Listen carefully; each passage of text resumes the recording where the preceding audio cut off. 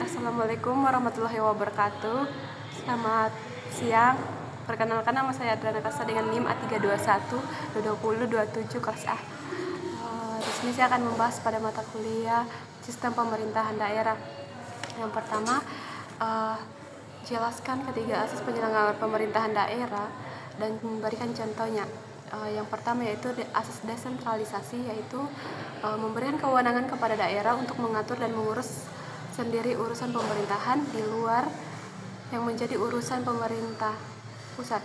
Contohnya pemerintah provinsi terkait pariwisata lokal. Yang kedua, asas desentralisasi, yaitu pemerintah pusat melimpahkan wewenang kepada pejabat pusat di daerah. Contohnya Kementerian Pendidikan membuka kantor cabang di daerah untuk menjalankan program pusat. Yang ketiga, asas tugas pembantuan, yaitu pemerintah pusat menugaskan daerah untuk melaksanakan tugas tertentu dengan dukungan pusat. Yang kedua, apakah pemerintah daerah memiliki cukup kewenangan untuk mengelola potensi daerahnya sendiri? Mereka dapat mengatur berbagai urusan seperti pembangunan pelayanan publik, pengelolaan sumber daya alam, dan peraturan daerah sesuai kebutuhan lokal. Namun, beberapa urusan penting seperti pertahanan, politik luar negeri, dan moneter itu tetap menjadi kewenangan pusat. Yang nomor 3, apakah pembentukan daerah otonom selalu efektif meningkatkan kesejahteraan masyarakat? Saya rasa tidak selalu efektif, meskipun banyak daerah yang mengharapkan kesejahteraan masyarakat.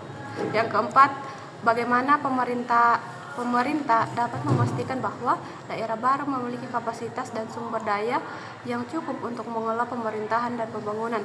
Pemerintah memastikan daerah baru siap mengelola pemerintahan pembangunan melalui proses pembentukan daerah dengan persiapan yang ketat meliputi penilaian kapasitas ekonomi, sosial, dan pemerintahan.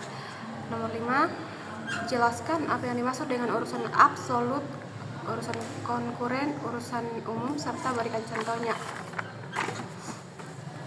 Urusan absolut yaitu kewenangan penuh pemerintah pusat, contohnya pertahanan, politik luar negeri. Yang kedua, urusan umum, urusan yang dibuat oleh pemerintah tapi pelaksanaannya oleh pemerintah daerah sebagai perpanjangan tangan pusat, contohnya administrasi kependudukan.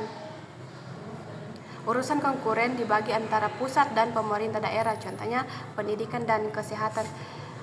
Yang keenam, tujuan dari terbentuknya daerah khusus, yaitu untuk mengakomodasi kekhususan daerah seperti sejarah, budaya, dan posisi strategis agar pengelolaan pemerintahan dan pembangunan lebih efektif. Nomor 7, bagaimana pertanggungjawaban pemerintah daerah terhadap masyarakat yang berkaitan dengan pengelolaan sumber daya alam? Mereka harus transparan dan juga melibatkan masyarakat setempat dan juga berkoordinasi dengan pemerintah pusat agar pengelolaan sumber daya alamnya mendukung kesejahteraan masyarakat. Nomor 8, apakah wilayah Bahodopi itu termasuk kawasan khusus serta menandakan bahwa Bahodopi itu kawasan khusus? Saya rasa termasuk. Kenapa? Karena Bahodopi itu dikenal dengan kawasan industri, dan juga yang termasuk dalam kawasan khusus itu adalah salah satunya memiliki industri dan sebagainya. Sekian dari saya, terima kasih. Wassalamualaikum warahmatullahi wabarakatuh dan selamat siang.